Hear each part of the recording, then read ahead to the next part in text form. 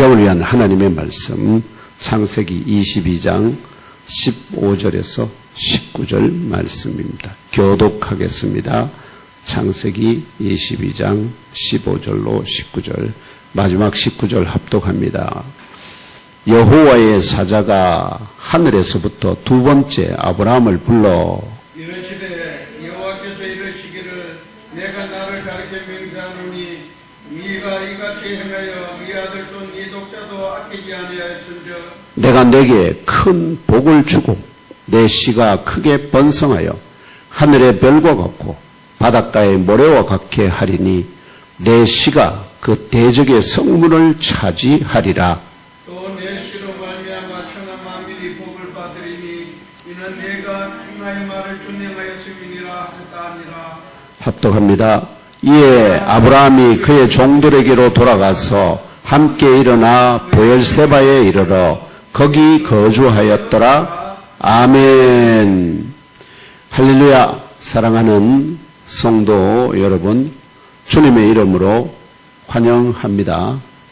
하나님께서 자기 아들을 아끼지 아니하시고 대속의 제물로 내어주심으로써 대적의 성문을 깨뜨리시고 영원한 언약을 확정하셨기 때문에 우리는 십자가의 대속 헌혜를 힘입어 매일의 삶의 터전, 성경에서는 브엘세바로 나옵니다마는 삶의 터전에서 자기를 부인하고 여호와의 도를 지켜 의와 공도를 신실하게 행해야 될 줄 믿습니다.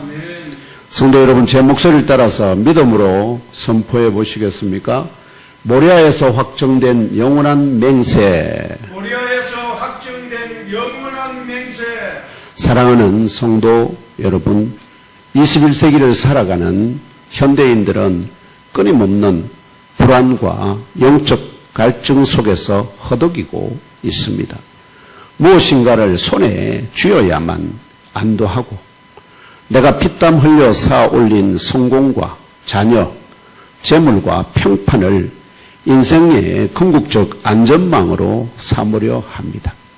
그래서 그런 것들이 넉넉하면 아이고 노후도 안심이 되고, 그런 것들이 넉넉하지 않고 뭔가 준비가 제대로 안 된 것 같으면은 야, 인생 후반전이 더 괴롭겠다 하면서 그럼 더 살아서 뭐 하나? 이런 절망에 빠지기가 쉽습니다. 그러나 하나님께서는 때로 우리 인생의 밑바닥을 흔드시며 묻고 계십니다. 왜냐하면 그런 모든 것들은 하나님께서 주신 선물이거든요.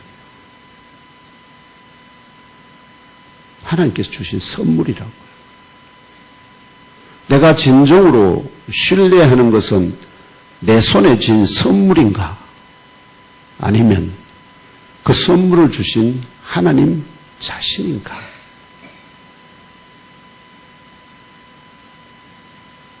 자녀도 하나님의 선물이죠. 그 선물이 삐까번쩍하면 그것만 봐도 하나님은 잊어버리고 저 자식 또 삶의 여유가 은행의 잔고가 충분하고 그래서 카드를 마음껏 써도 걱정이 안 될 때 그것도 하나님의 선물입니다. 아니라고 믿습니까? 그런데 거기에 더 집중하지 않나요? 그게 많으면 풍족하면 하나님이 있든 없든 상관없이 안심이 되고, 오늘 우리가 마주한 성경의 무대는 인류 역사상 가장 숨막히는 침묵과 거룩한 전율이 교차하던 모리아산 정상입니다. 아직 이 이삭을 하나님 앞에 번제로 드리려고 하나님 앞에 들었던 아브라함의 이 칼이 그를 내려가는 중에 있었기 때문에 결국은 그 이삭 대신에 숯불에 걸린 수량으로 번제를 드리고 난 다음에 그 뒤에 아브라함에게 일어난 일입니다.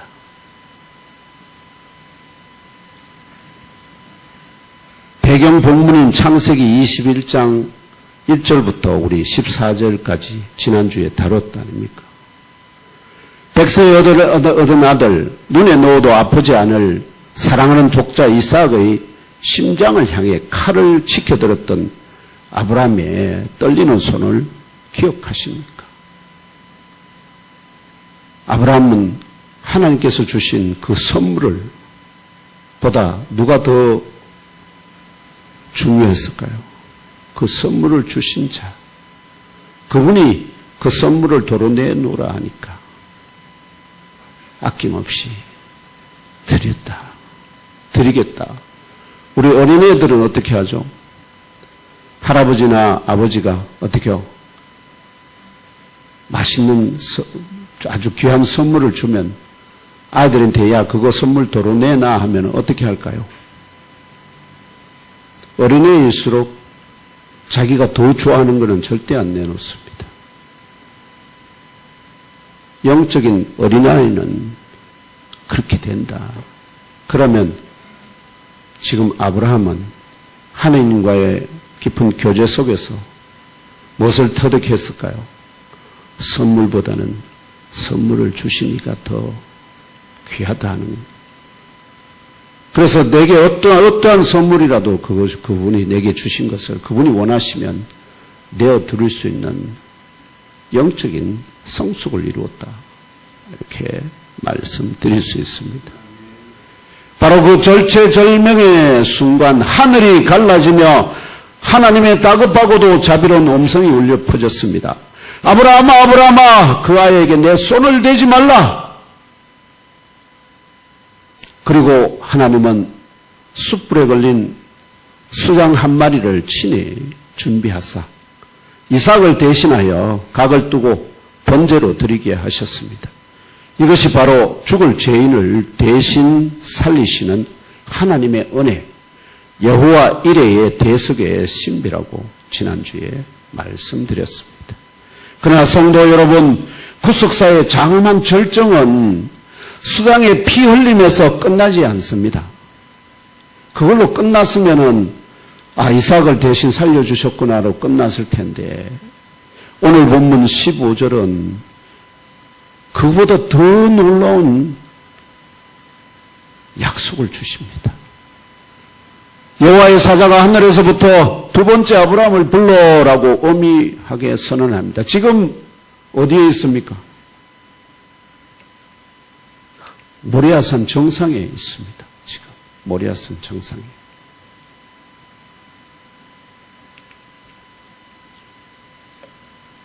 이 첫 번째 음성이 이삭의 목숨을 건져내신 자비와 구원의 음성이었다면 이 두 번째 음성은 온 우주의 주권자이신 창조주 하나님께서 자기 자신의 거룩한 신격을 담보로 세우시는 영원한 언약의 확정이자 자기 맹세의 음성입니다. 하나님이 도대체 뭐가 답답해서 아브라함에게 자기 이름을 걸고 맹세를 할까요?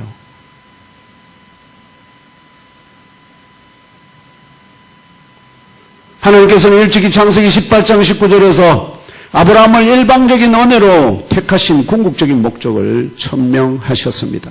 내가 그로 그 자식과 권속에게 명하여 여호와의 도를 지켜 의와 공도를 행하게 하려고 그를 택하였나니.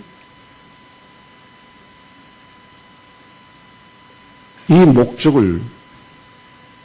목적에 따라서 아브라함이 그와 같이 그분에게 자기에게 주신 말씀에 순종하니까 내가 아브라함에게 나의 모든 내가 하고자 하는 일을 숨기겠느냐 말씀하신 그 하나님께서 가장 중요한 결정적인 이 사건을 이 모리아산 정상의 이 사건 속에서 영원한 중요한 비밀을 자기 이름을 걸고 아브라함에게 약속하십니다. 모리아산의 시험은 한 인간의 영적 신앙을 시험하는 잔혹극이 아니었습니다. 많은 분들이 이렇게 시험에서 이기면 그 다음에 뭐 복을 주시는 뭐 그런 의도가 전혀 그것과는 차원이 다른 이야기입니다. 하나님께서 택하신 언약 백성이 어떻게 자기 우상을 깨뜨리고 여호와의 도를 따르며 전적인 믿음으로 하나님의 의에 도달하는지를 온 우주 앞에 입증하는 구속사적 무대였습니다. 아브라함은 하나님의 기준에 딱 합당한 사람이 그 시험을 온전한 믿음으로, 순전한 믿음으로 이겨내서 이런 자가 뭘까요? 하나님 앞에 하나님의 백성으로 합당하다 하는 기준입니다. 오늘 선포되는 이 모리아산의 두 번째 음성을 통해 독자까지 아끼지 않았던 아브라함의 걸음을 넘어 우리를 위해 자기 독생자 예수 그리스도를 십자가에 아낌없이 내어주신 삼일체 여호와 하나님의 거룩한 공의와 대속적 사랑의 10년으로 함께 들어가시기를 주님의 이름으로 축원합니다. 아멘. 아브라함이 어떻게 해서 하나님의 이 약속을, 하나님의 비밀을 얻게 되었냐. 마찬가지로 우리에게도 똑같이 그런 비밀들이 오늘 우리 시대에 향한 것이 주어져 있습니다. 첫째로 하나님께서 오늘 말씀 15절 16절에 이러시기를 이르시되 여호와께서 이러시기를 내가 나를 가리켜 맹세하노니. 왜냐하면 맹세라고 하는 것은 고대 중동에서는요, 근동에서는 항상 자기보다 훨씬 더 변개치 아니하는 자를 어떻게요? 기준으로 맹세를 하는데 삼일체 하나님보다 더 높은 자가 누가 있습니까? 그러니까 결국은 맹세할 수 있는 대상은 자기 자신 외에는 없다. 내가 나를 가리켜 맹세하노니 네가 이같이 행하여 네 아들 네 독자도 아끼지 아니하였음즉. 하나님께서 우리에게 주신 선물을 어떻게 해요? 야 그거 나 좀 줄래? 했을 때 네 여기 있습니다. 주님 마음껏 쓰십시오 하고 내어놓았을 때 하나님은 그것을 넘어서 어떻게 해요? 진정한 당신의 역사를 공유하게 해 주신다. 이게 복 중에 최고의 복입니다. 성도 여러분, 온 우주의 절대 주권자이신 창조주 하나님께서 왜 한낱 피조물에 불과한 인간의 순종 앞에서 굳이 자기 자신을 가리켜 맹세하셔야만 했을까요? 우리가 행하는 불완전한 헌신이 과연 하나님의 마음을 움직여 구원을 얻어내는 공로가 될 수 있겠습니까? 아닙니다. 오늘 본문 16절의 히브리어 원문을 보면 비리시바타에서 직역을 하면 내가 나에 의하여 맹세하노니 이런 뜻입니다. 내가 나에 의하여 맹세한다. 나를 걸고 맹세한다. 이 파격적인 이거는 뭐냐니까 법적인 선언입니다. 이 법을 어길 경우에는 그에 합당한 뭐를 받겠다는 겁니까? 처벌을 받겠다 하는 그런 의미입니다. 고대 근동에 아까 말씀드렸던 종주권 조약에서 맹세는 언제나 자신보다 더 높은 절대자나 신의 이름을 걸고 행해졌습니다. 그러나 온 우주에 하나님보다 더 높고 거룩한 권위는 존재하지 않습니다. 히브리서 기자는 이 신비를 정확히 꿰뚫어 증언합니다. 하나님이 아브라함에게 약속하실 때에 가리켜 맹세할 자가 자기보다 더 큰 이가 없으므로 자기를 가리켜 맹세하셨다. 히브리서 16장 13절의 말씀입니다. 하나님은 당신의 영원한 자존성과 신적 영광을 담보로 언약을 체결하십니다. 이어지는 네 아들 네 독자도 아끼지 아니하였음즉. 이게 하나님의 명령에 하나님이 주신 선물을 도로 내놔라 하니까 1절 다른 반항이 없습니다. 그대로 원하시는 대로 드렸습니다.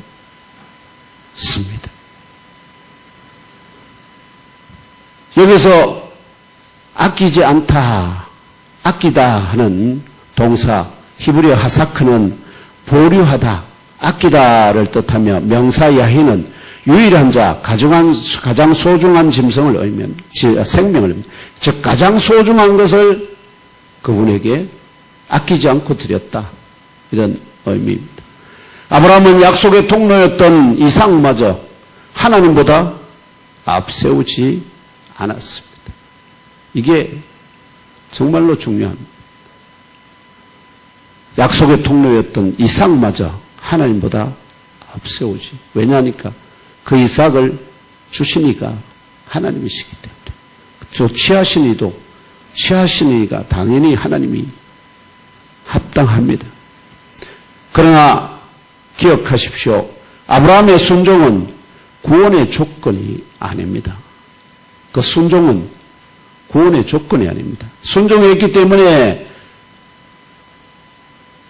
구원받은 것이 아닙니다. 이미 그는 의롭다고 칭함을 받았습니다. 그래서 이름도 바꿔주고 믿음의 약속을 주셨습니다. 창세기 15장의 칭의적 은혜가 모리아산의 시험을 통해 맺어낸 믿음의 필연적 열매가 바로 이 아브라함의 순종입니다. 그래서 우리는 뭐가 필요할까요? 하나님이 끊임없이 내게 주시는데 나는 그 선물에 취해가지고 살 때가 많습니다. 그러다 보면 누구를 잊어버릴까요? 선물을 주신 자를 잊어버립니다. 그래서 하나님은 끊임없이 우리에게 요구하십니다. 어떻게요? 때로는 그 선물을 취해가시기도 하고 내 나라고도 하고 그럴 때 우리는 하나님 주실 때는 언제고 달라는 때는 언제입니까? 항거합니다. 그러나 아브라함은 일절 항거하지 않았습니다. 믿음으로 하나님의 그 약속을 바라보았습니다. 불가능해서 이것을 주셨는데 그렇다면 이것을 도로 드려도 다시 살려서 자기에게 주실 것을 믿었다. 아브라함이 독자를 바치려 한 사건은 사실은 거룩한 그림자입니다. 그림자. 이 사건의 실체는 골고다 언덕에서 완성되었다고 말씀드렸습니다. 아브라함의 손에서는 공의의 칼날이 멈추었습니다. 가다가. 그러나 갈보리 십자가 위에서 성부 하나님은 우리를 향한 진노의 칼날을 당신의 독생자 예수 그리스도에게서 멈추지 않으셨습니다. 그대로 그를 죽여서 그 피를 흘리고 온몸의 물과 피를 다 흘리기까지. 그래서 대속의 제물로 삼으셨습니다. 사도 바울은 바로 이 창세기 22장 16절의 언약적 기초 위에서 십자가 복음의 절정을 토해냅니다. 로마서 8장 32절에 이르기를 자기 아들을 아끼지 아니하시고 우리 모든 사람을 위하여 내주시니가 어찌 그 아들과 함께 모든 것을 우리에게 주시지 아니하겠느냐. 근데 모든 것을 주시려고 하는데 조그만 것만 줘도 그거에 그냥 취해가지고 주신 자를 잊어버리니까 더 주실 것이 없다. 모리아산에서 이삭이 짊어졌던 번제나무는 장차 온 인류의 죄악을 짊어지고 골고다로 오르실 어린 양 예수 그리스도의 십자가를 예표합니다. 우리의 구원은 인간의 연약한 결단에 있지 않습니다.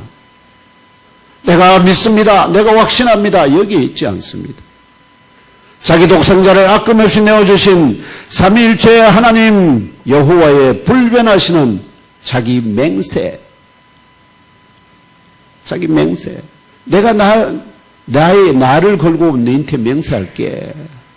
이 맹세가 바로 우리 모두를 향한 구원의 그 약속이 된다 하는 것입니다. 그래서 삼일체 하나님 여호와 하나님의 불변하시는 자기 맹세와 십자가 대속의 은혜 위에 영원히 기초하고 있다는 진리를 항상 기억하시기를 축복합니다. 그래서 내가 부족해서 내가 연약해서 이런 데에 자꾸 초점을 맞추지 마시고 나는 그 약속하신 하나님을 끝까지 신뢰하는 것으로서 그분이 말씀하시면 말씀하신 대로 나는 순종하겠습니다. 어떠한 선물도 당신이 내어놓으라면 내게 주신 내 목숨조차도 내어놓으라면 드리겠습니다. 이것이 참 믿음의 증표가 되는 줄 믿습니다. C.S. 루이스라고요. 이 아일랜드 출신의 미국 저명한 그 기독교 저술가가 있는데 이 사람이 원래는 기독교인이었지만 하나님을 믿지 않았습니다. 그러다가 이제 인생의 후반에 그걸 하면서 하나님을 이제 영접을 하게 되는데 이 사람은 원래는 영국 성공회 신자입니다.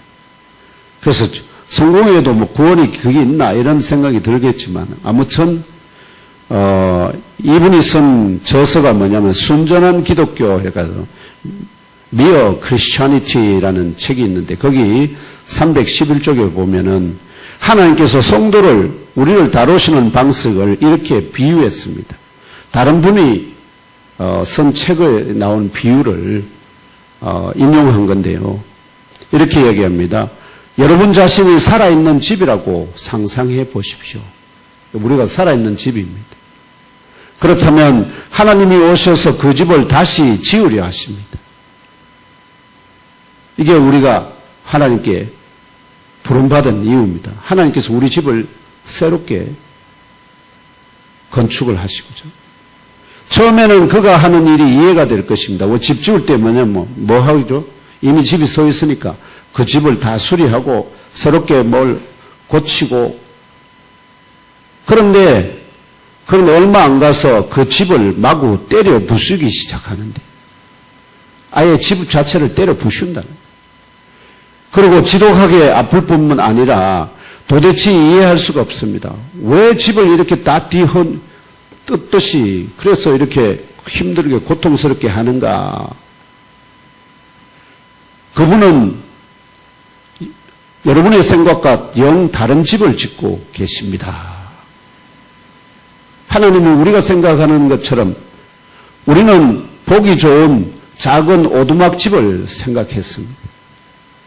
그런데 그분은 궁전을 짓고 계십니다. 궁전. 왜냐? 그분이 친히 그 궁전에 살 작정이 있기 때문에. 자기가 살 집이라서. 어떻게요? 근본적인 것부터 시작해서 모두 다 뜯어내고 어떻게요? 새로운 터 위에 새 집을 지으시려고 하니까 인생이 어떻다는 거죠? 고난이 이해할 수 없고 때로는 하나님 하십니다. 그래서 우리 집을 새롭게 완전히 하나님이 재건축하는 과정이 바로 우리 신앙생활이다. 성도 여러분, 삼일체 여호와 하나님은 여러분 안에서 이삭이라는 이 선물의 우상을 무너뜨리고 오직 그리스도의 대속 은혜만을 붙들게 하십니다. 변함없는 하나님의 자기 맹세를 신뢰함으로 내 손에 쥔 가장 귀한 것을 주님의 제단 앞에 온전히 내어놓는 거룩한 경외의 자리에 서시기를 축원합니다. 이것이 아브라함이 보여준 신앙의 자리였습니다. 이 아브라함의 순종에 하나님께서 자기 이름을 걸고 영원한 맹세를 하셨는데 그 맹세의 내용이 정말 충격적입니다. 17절로 18절 전반부인데요. 내가 내게 큰 복을 주고 큰 복을 주겠다는 겁니다.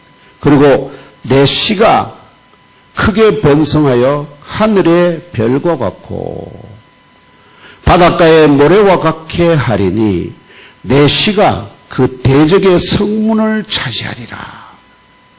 이게 정말 클라이막스입니다. 내 씨가, 네 자손이 그 대적의 성문을 차지하리라. 또 내 씨로 말미암아 천하 만민이 복을 받으리니. 오늘날 교회와 성도를 짓누르는 세상의 권세, 죄와 사망의 위협, 어두운 문화의 거대한 장배, 성벽 앞에서 우리는 어떻게 위축되지 않고 최종적 승리를 확신할 수 있습니까? 우리 힘으로는 이 모든 것들을 이겨낼 능력이 없습니다. 17절 소도는 히브리어 절대 부정사 구문인 키바레크 아바레카카 웨하르메 아르베로 기록돼. 이는 내가 반드시 쏟아붓듯이 너를 축복하고 번성케 하리라, 이런 뜻입니다. 다시 말씀드립니다. 내가 반드시 쏟아붓듯이 너를 축복하고 번성하게 하리라는 신적 확신의 극치입니다. 도대체 이삭을 하나님이 말씀하신 대로 드린 이 순종한 이 사건이 하나님께서 하늘에서 물을 쏟아붓듯이 그에게 복을 쏟아붓겠다 하는 뜻입니다. 삼일째 하나님은, 여호와 하나님은 내 씨가 그 대적의 성문을 차지하리라. 이게 지금 제가 여기 나온 두 번째 명제입니다. 대적의 성문은 샤르, 이런 뜻인데, 이 성문은 고대 근동 도시 국가에서 성문은 단순한 문이 아닙니다. 우리가 그거에서도 봤지만 롯이 소돔 성문에 앉았다는 얘기를 들었을 때, 이 성문은 최고 법정이 열리는 사법의 자리이자 군사작전이 결정되는 통치권의 핵심 요소였어. 이게 성문이라는 거예요. 따라서 대적의 성문을 차지한다. 이 말은 무슨 뜻일까요? 적을 정벌해서 완전히 복속시키고 적이 앉았던 그 자리에 누가? 아브라함의 씨가 그 자리에 앉아서 통치권을 행사할 것이다 하는 뜻입니다. 결국은 대적의 성문을 차지한다는 것은 원수의 요새와 주권을 완전히 박살내고 영토를 법적으로 완벽하게 정복함을 뜻합니다. 여기서 시라는 제라라는 히브리어인데요, 밤하늘의 별과 같은 언약 백성을 가리키는 집합적 명사인 동시에 전체를 가리키기도 하지만, 사도 바울이 갈라디아서 3장 16절에서 성령의 조명으로 밝혔듯이 오직 한 사람, 곧 누굴까요? 아브라함과 다윗의 자손 예수 그리스도의 계보, 바로 그리스도를 지칭합니다. 갈라디아서 3장 13절에서 16절을 함께 읽으며 알아봅시다. 시작. 그리스도께서 우리를 위하여 저주를 받은 바 되사 율법의 저주에서 우리를 속량하셨으니 기록된 바 나무에 달린 자마다 저주 아래에 있는 자라 하였습니다.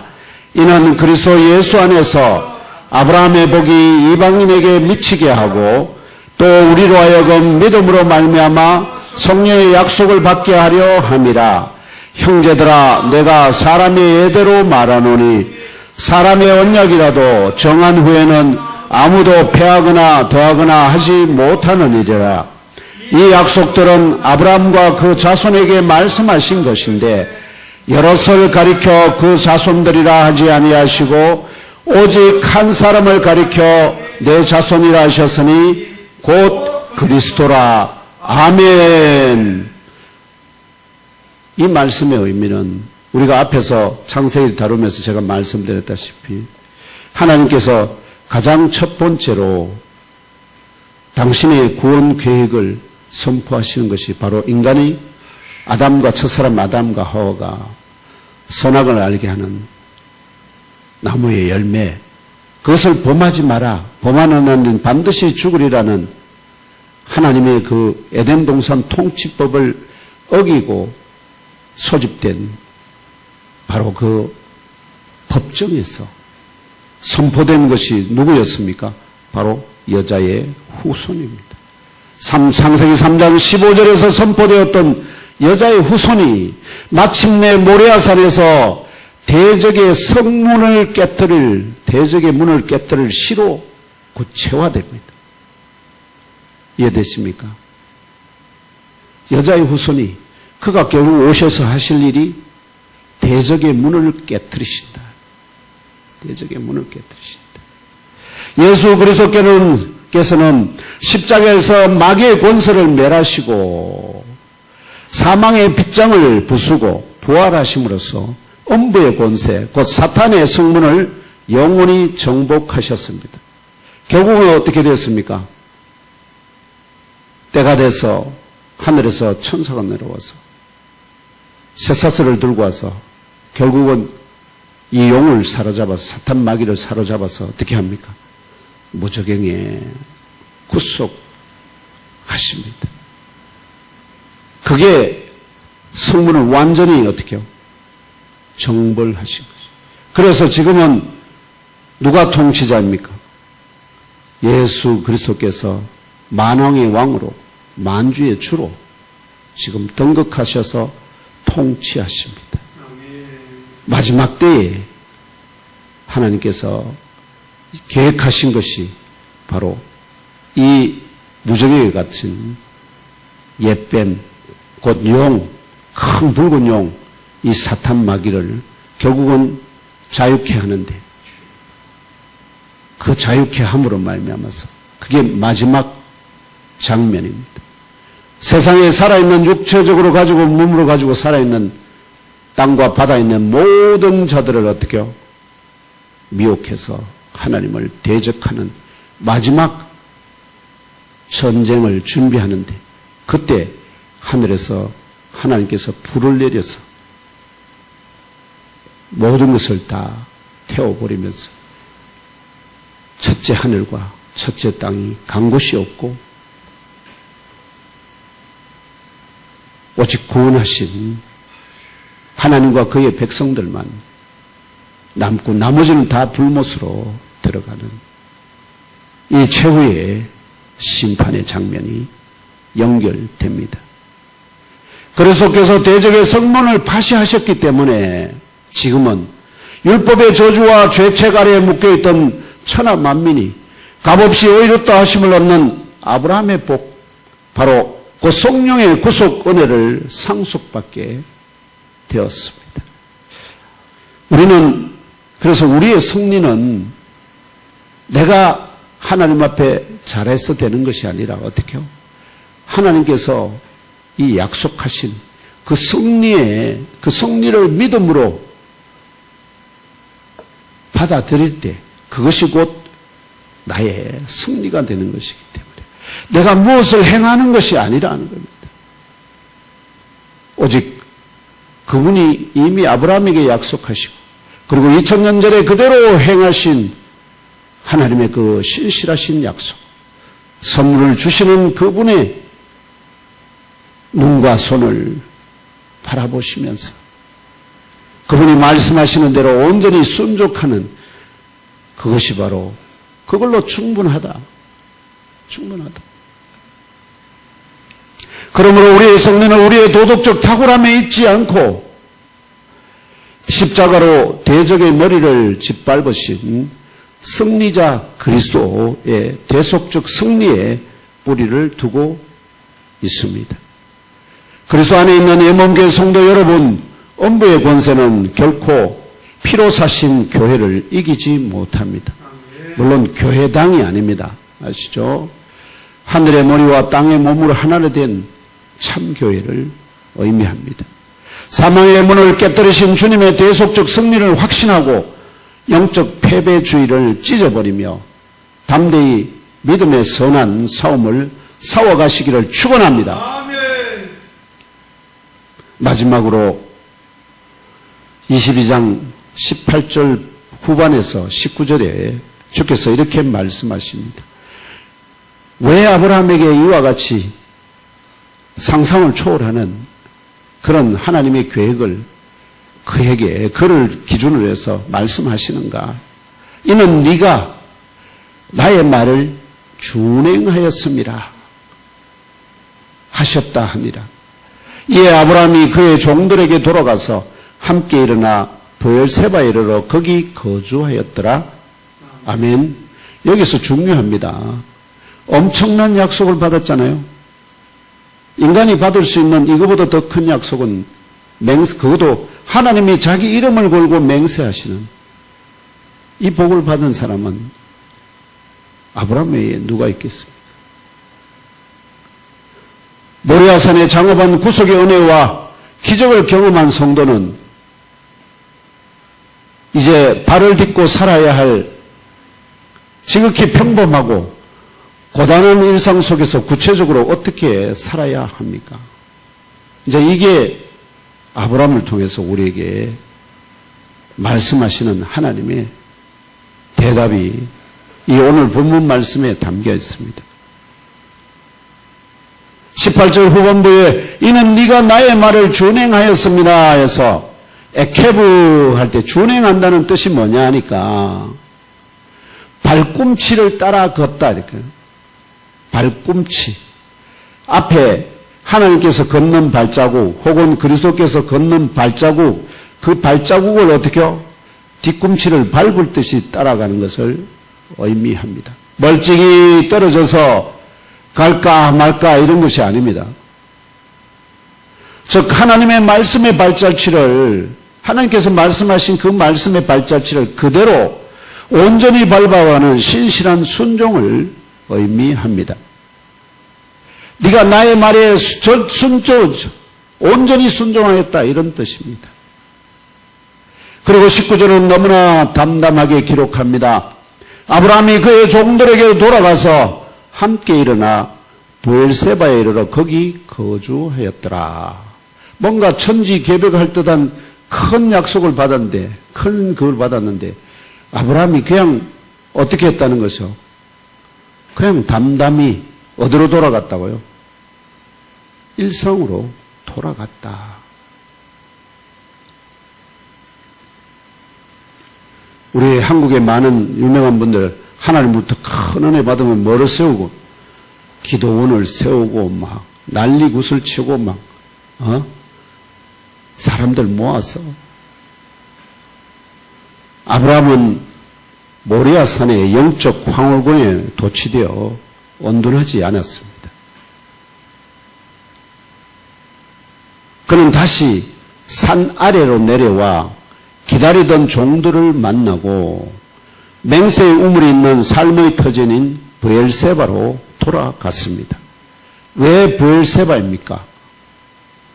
하나님께서 아브라함을 택하신 목적이 무엇이었습니까? 창세기 18장 19절을 다시 가슴에 새기십시오.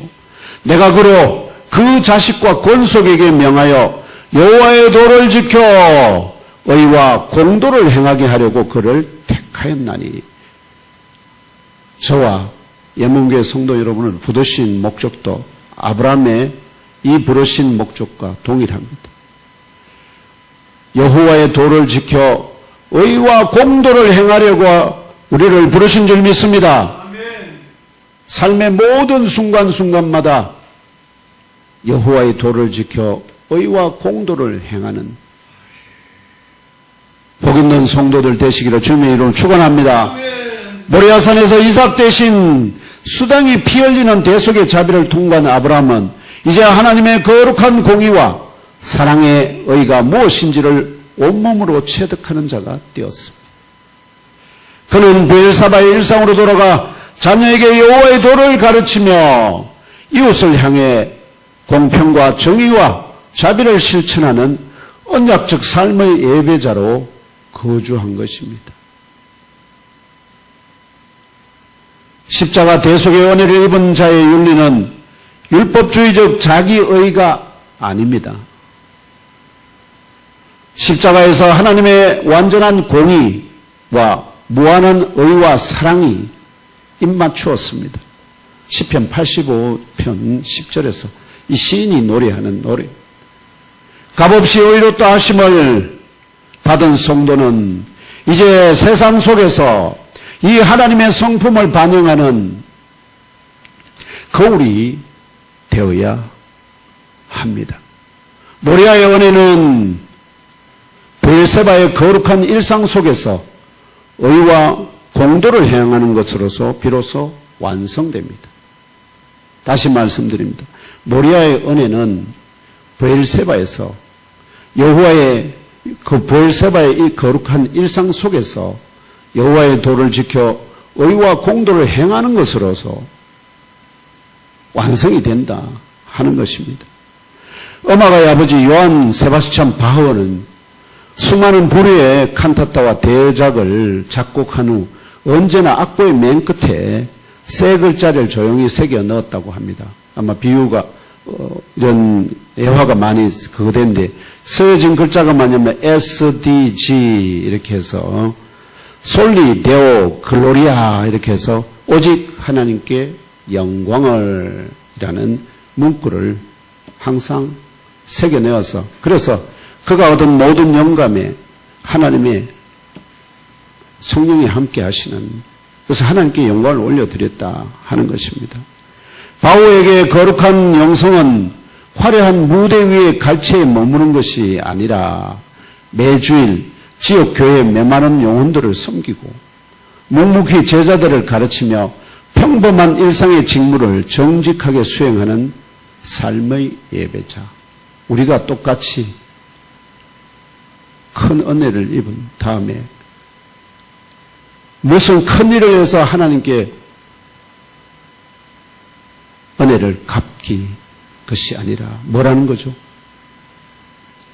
날마다의 삶을 통해서 여호와의 도를 지키고 의와 공도를 행해 나가는 것으로서 그래서 큰 일을 아브라함이 한 것이 없다는 것이 아마 우리 말하면은 누군가가 한국에서 그런 은혜를 이런 은혜를 입었으면 어떻게 할까요? 환상 교회를 세우든지 뭘 자기가 원래 하던 길에서 떠나가지고 그럴 가능성이 높죠. 그런데 아브라함은 그렇지 않았다. 그냥 다시 일상 속으로 돌아가서 주께서 자기에게 주신 택하여 부르신 목적 여호와의 도를 지켜 의와 공도를 행하는 삶 그 삶을 통해서 하나님이 그 약속들을 성취해 가시 그 때를 기다렸다 하는 겁니다. 사랑하는 영혼교회 성도 여러분 모리아산에 예배를 마친 우리는 이제 각자의 브엘세바로 우리 예배의 처소가 모리아산의 정상이라면 이제 이곳에서 하산을 해야 되는데 그 하산을 하는 곳이 어딜까요? 바로 아브라함이 어디로 돌아갔습니까? 브엘세바 일상으로 돌아갔습니다. 우리도 마찬가지로 이 모리아산의 정상에서 이제 보냄을 받아서 우리의 삶의 현장 브엘세바로 파송받아 내려가야 합니다. 십자가 대속의 빚진 자로서 가정과 일터에서 여호와의 도를 지키며 억눌린 자를 돌아보고 정직과 궁유를 실천하는 거룩한 복의 통로가 되시기를 주님의 이름으로 축원합니다. 그 가운데 특별히 또 택한 자들에게는 각양 은사와 함께 사명을 주십니다. 부족한 종에게도 이 엠몬교회 개척이라는 가던 길을 떠나서 이렇게 자기의 음성을 들려주시고 이 일을 감당케 하실 수 있도록 오늘까지 불러주신 줄 믿습니다. 그럼에도 불구하고 보십시오. 여기 몇이 있습니까? 그런데 희한하게도 조금도 낙심이 안 된다는 게 참 정신이 이상이죠. 안 그렇습니까? 조금도 낙심이 안 된다는 게 이상이죠. 네. 아무튼 하나님께서 맡기셨기 때문에 큰 일을 행하려고 하는 것이 아니라 제게 주신 때를 따라서 지금도 서서히 지금 총회로까지 지금 나아가지 않습니까? 엄밀하게 당신이 계획하시는 대로 일들은 굴러가고 있지만, 그러나 누가 알아준다고 뭐 그런 거에 상관이 없다. 그분이 시키시는 대로 끝까지 순전하게 아브라함처럼 이 길 끝에서 내 주의 영광을 보기를 간절히 소망합니다. 아멘. 결론적으로 말씀을 드리겠습니다.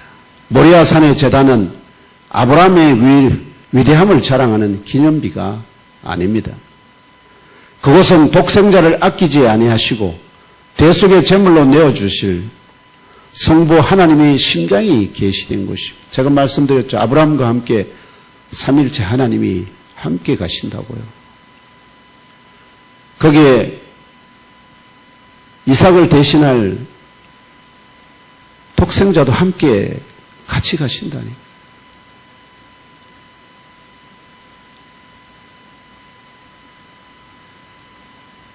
바로 그곳에 아브라함의 아픔이, 아브라함의 그 심정이 통해서 누가 하나님의 마음을 알겠습니까? 아브라함을 통해서 하나님의 마음이 우리에게 깨달아지거든. 아브라함이 얼마나 믿음으로 바라보면서도 근심하면서 가지 않았을까? 하나님 아버지는 이 일을 행하시면서 당신의 택한 자들을 구원하시기 위해서 당신 아들을 내어주시는 게 이게 그냥 아브라함에게 선물 하나 던져주는 거 이거로 정도가 아니거든. 자기 가장 사랑하는 것을 끊어내야 되는 그 마음이, 하나님의 그 마음이 이 시간 우리 가운데 깨달아지기를 원합니다. 아멘. 그래서 모리아산의 제단은 바로 성부 하나님의 심장이 계시된 곳입니다. 그리고 십자가에 피 흘려 대적의 성문을 깨뜨리실 예수 그리스도의 승리가 동시에 미리 보여진 거룩한 은혜의 산이었습니다. 왜냐하면 그분이 약속하셨기 때문에, 자기 이름을 걸고 맹세하셨기 때문에 반드시 그 맹세를 이룰 것이고, 우리는 그 맹세대로 이루어진 그 은혜를 받아 누리는 자가 되었다 하는 것입니다. 하나님의 자기 맹세로 보증된 이 은혜를 받은 성도는 산 위의 간격에만 머물지 않고 이제 일상의 브엘세바로 내려가 창세기 18장 19절의 말씀대로 여호와의 도를 지켜 의와 공도를 행하는 삶을 살아야 합니다. 내일부터 시작되는 저와 성도 여러분의 브엘세바 현장에서 이 복음을 구체적으로 살아내시기를 축원합니다. 아멘. 그럴 때 하나님께서 영광을 받으시고, 그럴 때 하나님께서 우리를 통해서, 아브라함을 통해서 그 이후에 이루어 가신 모든 일들처럼 우리를 들어 당신의 역사에 동력자로 사용해 주실 것입니다. 믿고 끝까지 주님께 들림받는 그날까지, 그 순간까지 주와 동행하시기를 주 예수 그리스도 이름으로 축원합니다.